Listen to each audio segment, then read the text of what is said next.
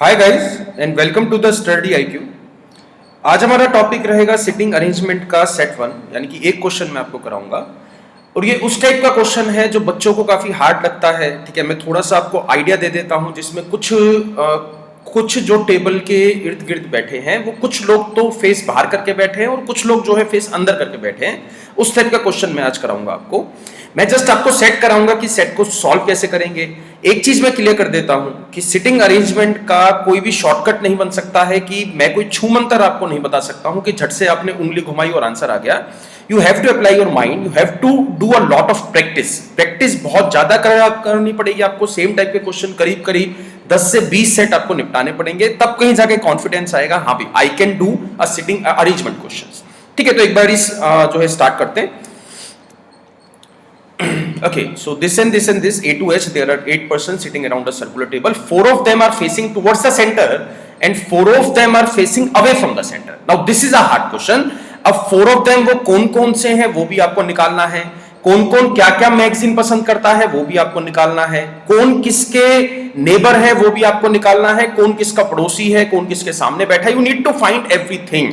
ठीक है, उसने ऐसा भी नहीं कहा है कि ऑल्टरनेटली बैठे हैं, कि एक अंदर फेस करके बैठा है फिर दूसरा बंदा बाहर बाहर बाहर फेस करके बैठा है। उसने ऐसा भी कोई भी जानकारी नहीं दी है। ठीक है, तो it is a totally a random question, totally a blank question. बच्चे इस क्वेश्चन को जनरली स्किप कर देते हैं, बट नो नीड। तो मैं जो सॉल्व करूंगा, मेरा सॉल्व करने का तरीका आपको आज बहुत ध्यान से सुनना है कि मेरा थॉट प्रोसेस क्या रहता है जब मैं क्वेश्चन सॉल्व करता हूं। तो what is my thought process. ठीक है, तो एक बार स्टार्ट करते हैं। सबसे पहले सीट्स बना लेते हैं। Now this is a circle. 8 seats की बात चल रही थी, 8 पर्सन्स की बात चल रही थी, तो 8 सीट्स बना लेते हैं। ठीक है, कौन कहां बैठा है उसको बाद में निकाल लेंगे। तो सबसे पहले आपको सिटिंग अरेंजमेंट या पजल टेस्ट के क्वेश्चंस में क्या करना है, जितनी भी स्टेटमेंट्स में डेटा दिया है सबको एक बार रीड आउट करो, फिर उसके बाद अपना थॉट प्रोसेस जो है आपको स्टार्ट करना है। जो जो कहा गया है उसको एक बार प्लॉट कर दो। तो फर्स्ट स्टेटमेंट में बोला E faces the centre and likes India Today. E को आप कहीं भी प्लॉट कर दो, उससे 1% का फर्क नहीं पड़ेगा। तो लेट सपोज ई जो है वो यहां पर है और इसको इंडिया टुडे पसंद है, फाइन, और इसका फेस जो है वो सेंटर की तरफ है, फाइन। तो मेरे को हर एक सीट के बारे में ये 3 चीजें जो है जाननी है। फेस किस तरफ है, कौन सा बंदा बैठा है और कौन सी मैगजीन को पसंद करता है। ठीक है, then second, both the immediate neighbours of E faces away from the centre, यानी कि दोनों जो नेबर्स हैं जो ई के, उनका फेस अवे है, यानी कि इसका भी अवे है और इसका भी अवे है, मतलब सेंटर की तरफ ये नहीं देख रहे हैं, बाहर की तरफ देख रहे हैं। एंड लाइक बीएससी और किरण, या तो इसको बीएससी पसंद है तो इसको किरण पसंद है, और अगर इसको किरण पसंद है तो इसको बीएससी पसंद है, फाइन। अभी उसने श्योर नहीं करा है कि कौन से वाले को बीएससी और कौन से वाले को जो दूसरी मैगजीन है वो पसंद है। ठीक है, तो let's start with the third statement. Both the immediate neighbours of D do not face away from the centre, मतलब जो डी के पड़ोसी हैं वो बाहर की तरफ नहीं देख रहे हैं, वो अंदर की तरफ देख रहे हैं। भाई बाहर की तरफ नहीं देख रहे हैं तो अंदर की तरफ देख रहे हैं ना, तो इसका मतलब ये हुआ। ठीक है, तो इसको साइड में लिख लेते हैं, बिकॉज अभी मैं डी को प्लॉट नहीं कर सकता हूं, बिकॉज बात चल रही थी ई की। ठीक है, नेक्स्ट स्टेटमेंट फोर्थ।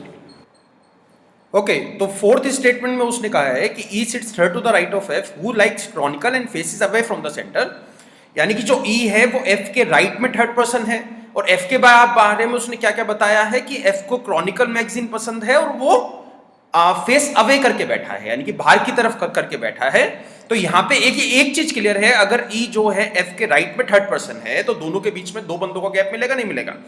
दोनों के बीच में, ई और एफ के बीच में 2 बंदों का गैप मिलना ही चाहिए। तो ई के एक बारी राइट में चेक कर लो 2 छोड़ के, और ई के एक बारी लेफ्ट में चेक कर लो 2 छोड़ के, और एफ का फेस किस तरफ है, बाहर की तरफ है भी। इस चीज को आपको नहीं भूलना है। तो अगर मैं ऐसे 2 बंदे छोड़ता हूं तो एफ यहां पे आ सकता है, अगर मैं ऐसे बंदे 2 छोड़ता हूं तो एफ यहां पे भी आ सकता है। बट एफ के साथ दिक्कत क्या है, उसका फेस बाहर की तरफ है।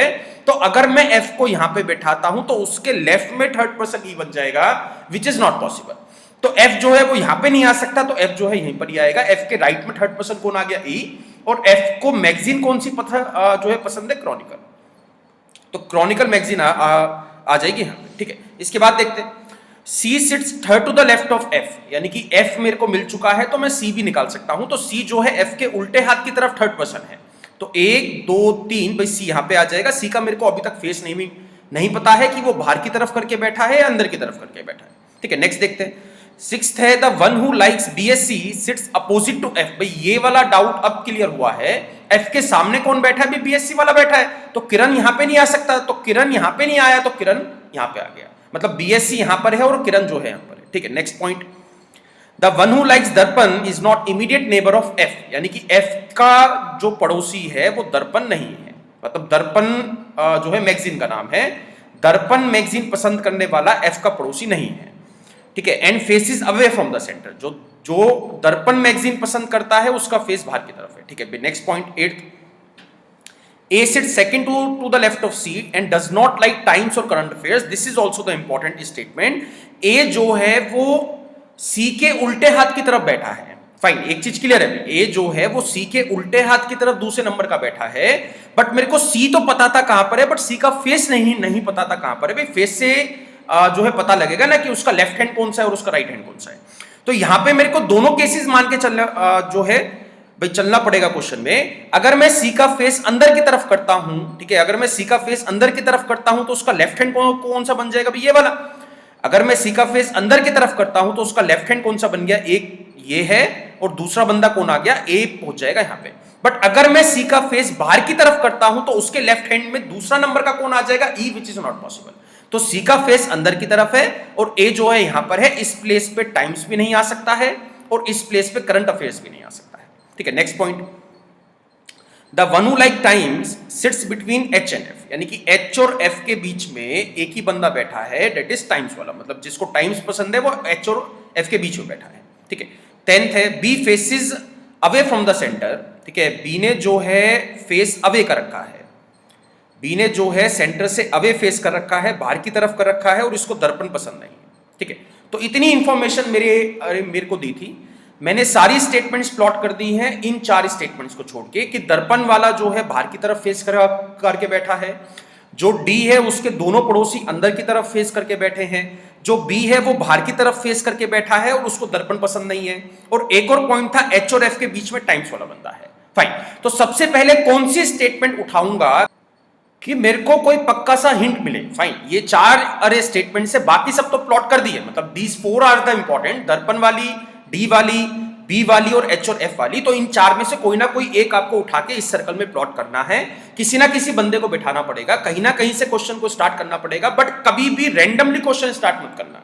डोंट अज्यूम द थिंग्स, कभी भी अज्यूम नहीं करना है कि इसको यहां पे बिठा के देख लेते हैं, क्या पता मेरा आंसर आ जाए। हमेशा क्वेश्चन गलत निकलेगा और डबल टाइम जो है आपका यूज होगा। तो यहां पे अगर देखता हूं भाई एफ तो फिक्स था ना, तो एफ से रिलेटेड जितनी भी स्टेटमेंट्स थी वो तो आप प्लॉट कर सकते हो। तो यहां पे ये जो चार स्टेटमेंट, जो चार सर्कल बनाए हैं मैंने, इसमें से एफ जो है वो यहां पर है, एफ और एच के बीच में टाइम्स वाला है, एच और एफ के बीच में टाइम्स वाला है, तो एफ अगर फिक्स यहां पर है तो एच या तो यहां पे आ सकता है या फिर यहां पे आ सकता है। अगर मैं एच यहां पे डालता हूं तो उसके बीच में जो ए आ रहा है वो टाइम्स नहीं बन सकता है, बिकॉज क्वेश्चन में क्या दिया था? A does not like Times magazine. तो एच किस तरफ आ जाएगा? भाई किरण वाला बन जाएगा, एच और बीच में कौन सा आ गया? टाइम्स वाला। भाई चीज को समझना, मतलब कैसे मेरा थॉट प्रोसेस क्या है, क्या मतलब किस तरीके से मैं क्वेश्चन को बढ़ा रहा हूं आगे। भी यहां तक इजी था क्वेश्चन, इसके बाद बच्चे अज्यूम करना स्टार्ट कर देते हैं। जहां पे आपका दिमाग अजम्पशन की तरफ चला वहां पे क्वेश्चन गलत बनेगा ही बनेगा और टाइम बहुत लग जाएगा। ठीक है, इसके बाद देखते हैं, भाई ये वाली स्टेटमेंट डन हो गई। ठीक है, इसके बाद देखते हैं, इसके बाद मैं क्या प्लॉट कर सकता हूं। भाई अगर दर्पण का उसने बोला है कि दर्पण के लिए उसने कहा है कि बाहर की तरफ फेस करके बैठा है, भाई जिसको दर्पण पसंद है उसका फेस जो है बाहर की तरफ है, तो यहां पे अगर आप देखते हो तो दर्पण जो है वो कहां कहां पे आ सकता है? भाई दर्पण जो है यहां पे नहीं आ सकता है, एफ की प्लेस पे भी नहीं आ सकता है, दर्पण जो है वो यहां पे भी नहीं आ सकता, किरण आ चुका है, इंडिया टुडे आ चुका है, बीएससी आ चुका है। तो या तो दर्पण यहां पे आएगा या फिर दर्पण यहां पे आएगा। यहां पे सी में भी दर्पण नहीं आ सकता बिकॉज सी का फेस अंदर की तरफ था, तो दर्पण के लिए मेरे को एक ही प्लेस बची है, भी दर्पण आ गया यहां पे और उसका फेस किस तरफ आ गया? बाहर की तरफ। Wait bit it's all. तो जो चार बंदे चाहिए थे जिनका फेस बाहर की तरफ है वो जो है मिल चुके हैं आपको। एक तो एफ है, एक दर्पण वाला है, एक बीएससी वाला है और एक जो है एच यानी कि किरण मैगजीन जी इसको पसंद है। तो बाकी जो चार बंदे हैं उनका फेस अंदर की तरफ रहेगा, मतलब ए का भी फेस अंदर की तरफ है और ये जो टाइम्स वाला है इसका भी फेस जो है अंदर की तरफ है। ठीक है, तो दर्पण वाली स्टेटमेंट भी डन। इसके बाद देखते हैं, इसके बाद अगर मैं बी की बात करता हूं, ठीक है, अगर जो है बी की बात करोगे तो बी का फेस बाहर की तरफ चाहिए बट दर्पण पे बी नहीं आ सकता है। भाई चीज को समझना है, यहां पे दो स्टेटमेंट्स हैं, बी का फेस मेरे को बाहर की तरफ भी चाहिए बट दर्पण वाली प्लेस पे वो नहीं आ सकता है, तो बी जो है दर्पण नहीं है, तो दर्पण वाली प्लेस पे बी नहीं आ सकता और उसका फेस बाहर की तरफ भी चाहिए, तो एफ एक बाहर की तरफ वाला बंदा था, ये वाली एक सीट थी जो बाहर की तरफ फेस की थी, यहां पे एफ बैठा है, यहां पे जो है एच बैठा है, तो बी के लिए एक ही प्लेस बची है, डेट इज बीएससी वाला, डन। तो ये वाली स्टेटमेंट भी डन। अब आ जाओ इस पे, तो डी है, डी के जो दो पड़ोसी हैं उन दोनों का जो फेस है वो अंदर की तरफ है, तो ऐसी एक प्लेस आपको ढूंढनी पड़ेगी। सबसे पहले भी अपने आप से पूछो कि डी आप कहां कहां पे डाल सकते हो, तो यहां पे तो ए है, एफ है, एच मिल चुका, ई मिल चुका, बी मिल चुका, सी मिल चुका, तो या तो डी आ सकता है टाइम्स वाली प्लेस पे या फिर डी आ सकता है दर्पण वाली प्लेस पे। अगर मैं टाइम्स वाली प्लेस पे डी को रखता हूं तो दोनों बंदे जो हैं अवे देख रहे हैं, बाहर की तरफ देख रहे हैं, अंदर की तरफ नहीं देख रहे हैं, तो डी फॉर श्योर दर्पण है, मतलब जिसको दर्पण पसंद है वो कौन सा बंदा है, डी है, तो डी आ गया यहां पे। और ये दो बंदे हैं जो बाहर की तरफ देख रहे हैं। अब कुछ नहीं करना है, ये जो चार स्टेटमेंट जो अलग घूम रही थी जिनको मैं डाल नहीं पाया था, इनको डालने के बाद you just need to fill the chart. ये जस्ट चार्ट आपको ढूंढना है कि कौन कौन बच गया। तो यहां पे इसके बाद देखते हैं भी क्या क्या बचा है।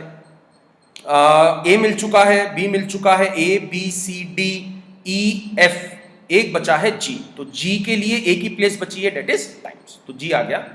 इसके बाद बताओ, इसके बाद अगर मैं पूछता हूं आपसे, जो मैगजीन्स हैं भी जो बंदे थे वो तो बैठा दिए हैं, अब जो है किस किस को क्या क्या पसंद है वो आपको निकालना है।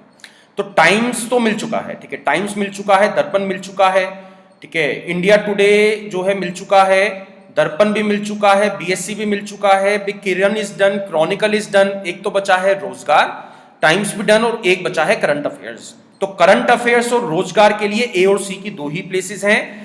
रोजगार जो है सॉरी जो करंट अफेयर्स है, करंट अफेयर्स ए पे नहीं आ सकता है, तो current affairs must be at C और रोजगार आ जाएगा। मैं क्वेश्चन इसके नहीं कराऊंगा, question would be so easy, ठीक है, क्वेश्चन आप खुद से कर सकते हो। मैंने ये क्वेश्चन इसलिए कराया है कि मेरा जो थॉट प्रोसेस है, ठीक है, मेरा जो थॉट प्रोसेस है वो आप समझ पाओ कि सर किस तरीके से सोच रहे हैं, उसी तरीके से आपको मतलब एग्जाम में खुद से सोचना है। मैं ऐसा नहीं कह रहा हूं कि ये एग्जैक्ट क्वेश्चन आपको मिल जाएगा, इसके अलावा 1000 2000 लैक्स टाइप ऑफ क्वेश्चन बन सकते हैं इस चैप्टर पे। You just need to practise a lot, इस टाइप के क्वेश्चन ढूंढो कहीं से, उसकी प्रैक्टिस करो अच्छे से, ठीक है। बाकी मैं सिटिंग अरेंजमेंट जो सेट 2 है वो दो तीन दिन में आपको प्रोवाइड कराऊंगा, उसमें भी इसी तरीके के क्वेश्चन है कि कुछ अंदर बैठे और कुछ बाहर बैठे। So that's all for the today and thanks a lot guys.